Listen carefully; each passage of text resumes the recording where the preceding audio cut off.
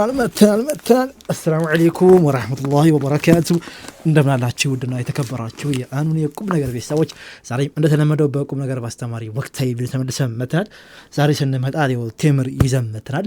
ይሄ ቴምር ደግሞ ለምስኪን የቲሞች ለአቅመ ደካሞች ለዘንድሮ ኢንሻአላህ ረመዳን አላህ በሰላም ካደረሰን የሚያፈጥሩበት እንግዲህ አንደኛው አስቤዛ የሚባለው የረመዳን አስቤዛ መጥተናል ማለት ነው።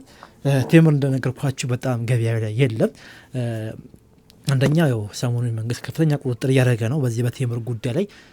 በጣም ስግብግብ ነጋዴዎች አከማችተው ነገር የተበላሹ ቴምሮችን ወደ ገበያው ላይመጡ ሲሉ እንደተያዙ በዚህ ቪዲዮ ላይ ሳይቻቸው ነበር በዚሁ ቻናል ላይ። አሁን ላይ ደግሞ ቴምሮች እየገቡ ነው፣ አዲስ ቴምሮች። ዛሬ 6 ካርቶን ገዝተን መጥተናል። ይህም አንዱ ካርቶን 4200 ብር ነው። አጠቃላይ ይሄ የፈጀብን ማነው 6ቱ ካርቶን ካልሳትኩኝ 25200 አይደል? ሪሲቱን ፊት ለፊት ያያችሁት እንደዛ መሰለኝ የሚለው 25200 ብር ፈጅቶብን 6 ካርቶን ገዝተናል። እስቲ ቴምሩን ውስጡ ላሳያችሁና መልሼ አሽጓለሁ። አይተነዋል፣ እኛም ለእናንተም እንዳሳያችሁ ነው። በሰሞኑ ጥርጣሬ ውስጥ ስላለን ማለት ነው። ቴምር የተመታ ቴምር በጣም የተበላሹ ቴምሮች ስለተባለ፣ ይሄ ግን በጣም ፍሬሽ ቴምር ነው የገዛ ነው። ገበያውን በደንብ አጥንተን ማለት ነው። እና ኢንሻአላህ ቻሌንጁ እንደቀጣይ ነው። አሁን በዚህ ቻሌንጅ ላይ ያልተሳተፉ ሰዎች ቢስሚላህ ተሳተፉ። ቆንጆ ቴምር ነው። እንግዲህ ይሄንን ቴምር ገዝተን መጥተናል። ምናልባት ገለበጥ አድርጌ ላሳያችሁ። ይከብዳል ትንሽ 10 ኪሎ ነው አንዱ። ይሄ ነው እንግዲህ ቴምሩ ይሄን ይመስላል። ትንሽ ከበድ ይላል፣ 10 ኪሎ ነው። ኢንሻአላህ መልሰን እናሽገዋለን። በዚህ ቻሌንጅ ላይ ሁላችሁም እንድትሳተፉ በረመዳን ላይ አካውንት ፊት ለፊት አላችሁ። ኢንሻአላህ ዱቄቱን እንገዛለን። ዱቄት እንደነገርኳችሁ የለም። ቴምሩን ዘይትም ቀሪዎች እንገዛለን። ኢንሻአላህ በደንብ ቀስ በቀስ እናሟላለን። ግን እናንተ ሳትሰላችሁ ይህንን የረመዳንን ቻሌንጅ ተቀላቀሉ። ወደ ዛሬ ቪዲዮአችን እንገባለን። ሁላችሁም ይህንን ቪዲዮ ጀምሩት፣ ግን ላይኳን ጠቅ አድርጋችሁ ጀምሩት። አብራችሁን ቆዩ። ረመዳንን ለመቀበል ማድረግ ከሚገባን ነገር አንዱና የመጀመሪያው አተውበቱ ወልኢስቲግፋር። እስከ ዛሬ ባሳለፍናቸው 11 ወራቶች ላጠፋነው ጥፋት፣ ችላ ላልናቸው ዋጅባቶች ከልባችን ተጸጽተን ወደ አላህ በተውበት መመለስና ለነዛ ሁሉ ጥፋቶቻችን ኢስቲግፋር የጌታ አላህን ምህረት መጠየቅ አንዱ ረመዳንን በንጹህ ልብ ለመቀበል ዝግጁ የሚያደርገን ሊሆን ይገባል።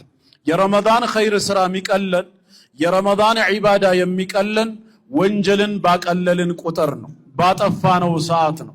ስለዚህ ከወዲሁ ተውበትና ኢስቲግፋር የመጀመሪያው ዝግጅታችን ሊሆን ይገባል። ተውበት መዳኛችን ነው። ያለ ተውበት መዳን የለም። ጌታ አላህ ሱረቱ ኑር ላይ ነግሮናል።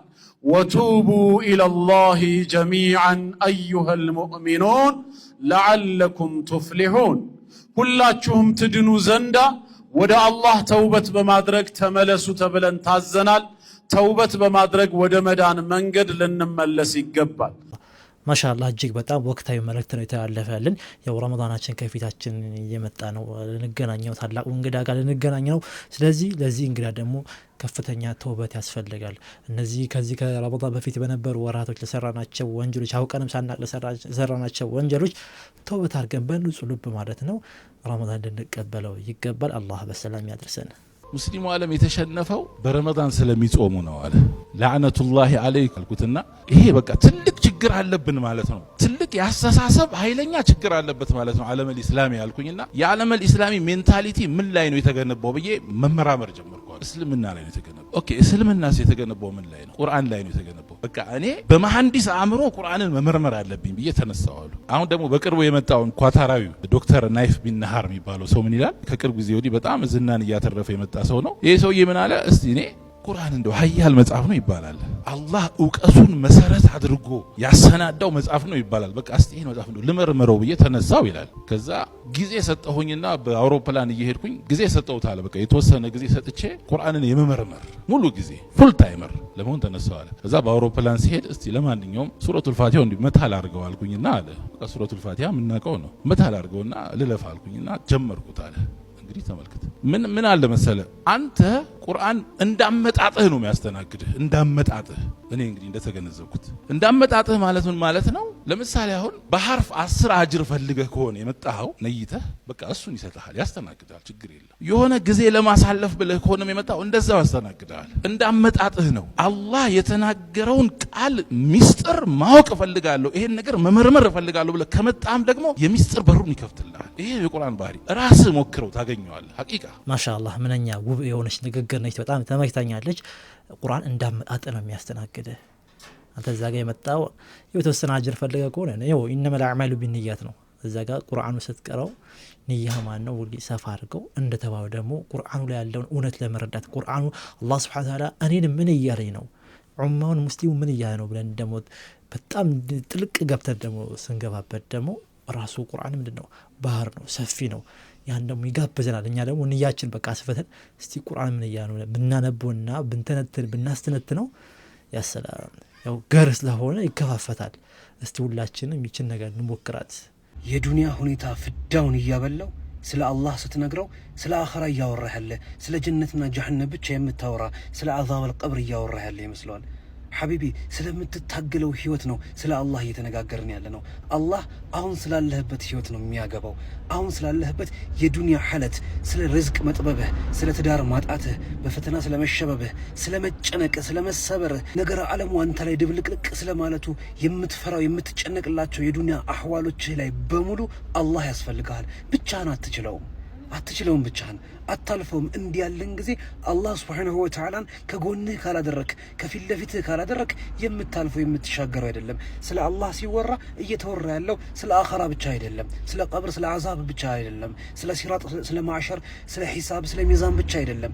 ስለ ዱንያ አሁን ስለምትኖራት ዛሬ ስለመሻህበት ነገ ስለምታነጋበት ሐለትም ጭምር ነው እየተጨነክ ስላለህበት ዱንያን መኖር ስላቃተህ መንገድ ነው ስለ ሪዝቅህ መጥበብ ስለ ገንዘብ እጥረትህ ስለ ዘውጅ እጦትህ ስለ ትዳር ብልሽትህ ስላለህበት ሐለት በሙሉ ነው ስለ አላህ እየተነጋገርን ያለ ነው በሁሉም ሐለትህ በዱንያም በአኺራም አላህ ያስፈልጋል ስለ አላህ ሲወራ አላህ የዱንያውም የአኺራውም ገዢ ነው ሲወራ ወደ ቀልብህ ስታስገባው የነገ ብቻ ሳይሆን የዛሬም አስፈላጊ የዛሬም ጌታ መሆንህን ወደ ውስጥ አስገባ ከአላህ ጋር ሁሉን ትችላለህ ያለ አላህ ግን ሁሉም ያቀታል ሁሉ ያሸንፋል አብሽር አላህ በነገራችን ሁሉ አለሁላችሁ ይበለን والسلام عليكم وعليكم السلام ورحمة الله وبركاته آمين آمين آمين مرت ملكتنا مرت دعانا الله نيزن مشيم عن نوركم مشيم مالتنا من البات فتنو بيبزام مودك بالنساتو بيبزام بالله تسفاس قالوا قرة النرس سكتها ما نونا إن شاء الله ይህንን ቆንጂዬ ህፃን ልጅ ተመለከታችሁት በጣም ነው የሚያሳዝነው በቲክቶክ ላይ 5.5 ሚሊዮን ፎሎወር አካባቢ አለው አሁን ግን ከባድ ፈተና ውስጥ ወድቋል ሁላችሁም ዱዓ እንድታረጉለት ነው ይህንን ቪዲዮ እየሰራው ያለሁት ይህንን 5.5 ሚሊዮን አካባቢ ፎሎወር የሰበሰበው በጣፋጭ አንደበቱ ዳዕዋ በማድረግ ነው በዳዕዋዎቹ ከተማረኩት ውስጥ አንዱ እኔ ነኝ በህፃንነቱ ዳዕዋ ሲያደርግ እድሜውን ያጠራጥራል እውነት የ13 ዓመት ልጅ ነው ብላችሁ እንድትጠይቁ ያስገድዳችኋል በዚህም ዳዕዋ ደግሞ ይታወቃል አዳምጡት እስኪ يا الله إنك تعلم ما في القلوب قبل أن تنطق به الشفاه وتسمع صمتنا ያለበት ፈተና በአይን الناس ተጠቅቶ በስተግራ በኩል ሙሉ አካሉ ፓራላይዝ ሆኖ ህክምና እየተደረገለት ይገኛል አላህ Subhanahu Wa Ta'ala ሙሉ አፊያውን እንዲመልስለት ዱዓ አድርጉ ከእንደዚህ አይነት ፈተና አላህ ይጠብቀን በቀጣይ ቪዲዮ ደግሞ ኢንሻአላህ ተዓላ ፍላጎታችሁ ከሆነ አይን الناسን እንዴት መከላከል እንችላለን የሚለውን የነብዩን ሰለላሁ ዐለይሂ ወሰለም አثر ይላችሁ መጣለውኝ ሰላም አለይኩም ወራህመቱላሂ ወበረካቱ አለይኩም ሰላም ወራህመቱላሂ ወበረካቱ እጅግ በጣም ያዝን ዜና ነው ዛሬና ትናንትና ቲክቶኩን የተቆጣጠረው የዚህ ልጅ ጉዳይ ነው ይህ ልጅ ማሻአላህ ምናልባት ያው ቲክታክ የምትጠቀሙ ልጆች ታውቁታላችሁ ያስባለሁኝ በጣም መሳጭ ሆነ ዳዕዎች በጣም መሳጭ ሆነ ንግግሮች አንደበቱ በጣም ደስ ጣፋጭ ነው አሁን ላይ ደረሰበት ከፍተኛ ህመም ግን በጣም ያሳዝናል ሁላችሁም ዱዓ አድርጉለት ኢንሻአላህ ይሄን አይን ናስጋብ ተያዘ ደግሞ ቪዲዮ ሲለቀቅ ደግሞ የማመጣላችሁ ይሆናል እስካሁን ህዝባችንን አገልግለናል አሁን ግን በቃን ሁላችንም እኛም ባለመጠቀም የአካባቢያችንን ንጽህና እንጠብቅ ቻው። እንግዲህ ፌስታል አዲስ አበባ ውስጥ ደህና ሰንብቺ ተብላለች። አሁን ላይ ፌስታል ይዞ የተገኘ ሰው ከ2000 እስከ 5000 ብር እየተቀጣ ይገኛል።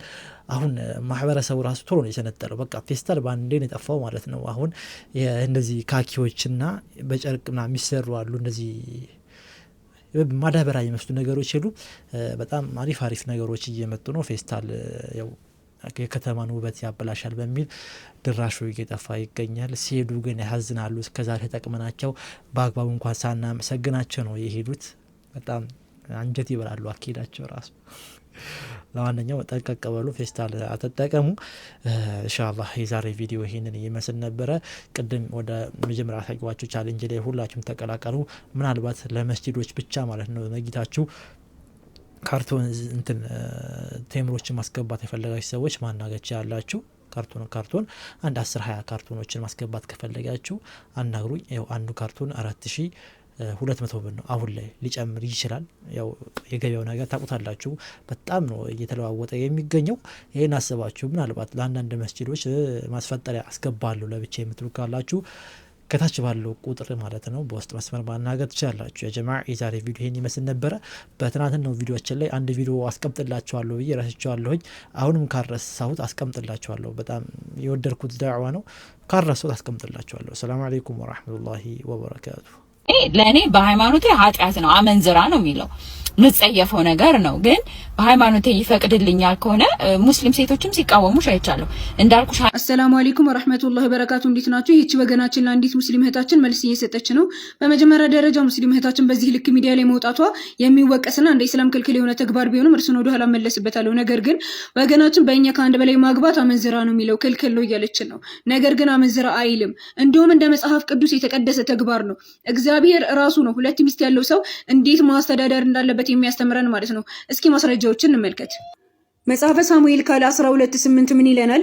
የጌታህን ቤት ሰጠሁህ፣ የጌታህንም ሚስቶች በብብትህ ጣልኩልክ ይላል። እንግዲህ ሚስት ሳይሆን የሚለው ሚስቶች ነው የሚለው። ከአንድ በላይ ማግባት ማመንዘር ቢሆን ኖሮ እግዚአብሔር ለዳዊት ሚስቶችን አይሰጠውም ነበረ ማለት ነው። በሌላ ቦታ ደግሞ እግዚአብሔር ሁለት ሚስት ያለው ሰው እንዴት ማስተዳደር እንዳለበት ሲነገረን ኦሪት ዘዳግም ምዕራፍ 21 ቁጥር 15 ላይ ለአንድ ሰው አንዲቱ የተወደደች አንዲቱም የተጠላች ሁለት ሚስቶች ቢኖሩት ይላል።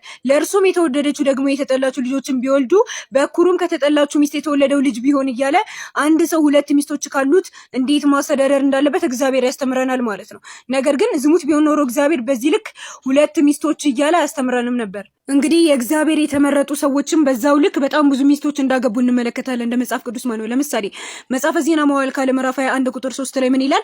ዮዳሄም ሁለት ሚስቶች እንዳሉት ይገልጻል። አሁን መጽሐፈ ዜና መዋዕል ካለ 13:21 ላይ ደግሞ አብያም 14 ሚስቶች እንዳሉት ይገልጻል። መጽሐፈ ሳሙኤል ቀዳማዊ ምዕራፍ 25 ቁጥር 43 ደግሞ ምን ይለናል? ዳዊትም ደግሞ ኢዝራኤላዊቱን አኪናሆምን ወሰደ፣ ሁለት ሚስቶች ሆኑለት ይላል። በነገራችን ላይ ዳዊት ወደ 9 ሚስቶች ነው ያሉት። እንዲሁም መጽሐፈ ነገሥት ቀዳማዊ ምዕራፍ 11 ቁጥር 3 ላይ ለእርሱም ወይዛዝር የሆኑ ይለናል ለሰለሞን 700 ሚስቶች 300 ቁባቶች ነበሩ፣ ሚስቶቹም ልቡን አዘነበሉት ይላል። እንግዲህ እንደ መጽሐፍ ቅዱስ እንኳን ሊከለከል ይቀርና የቁጥር ገደብ ራሱ የለውም። ለዛ ነው 700 9 14 18 እያለን ብዙ ቁጥሮችን የተመለከተ ነው ማለት ነው። እንደውም እንደ ኢስላም ነው እስከ 4 የሚል ገደብ ያለው ማለት ነው። ወደ ሙስሊም እህታችን ደግሞ ስንመጣ ሁለተኛ ሚስት መሆንሽ የተፈቀደ ተግባር ቢሆንም ነገር ግን አላህ Subhanahu Wa Ta'ala ቁርአን ላይ ምን ይላል? ሱረቱል አሕዛብ ቁጥር 33 ላይ ወቀርነ ፊ ቡዩቲኩነ ወላ ተበረጀነ ተበሩጀል ጃሂልየቲል ኡላ ይላል።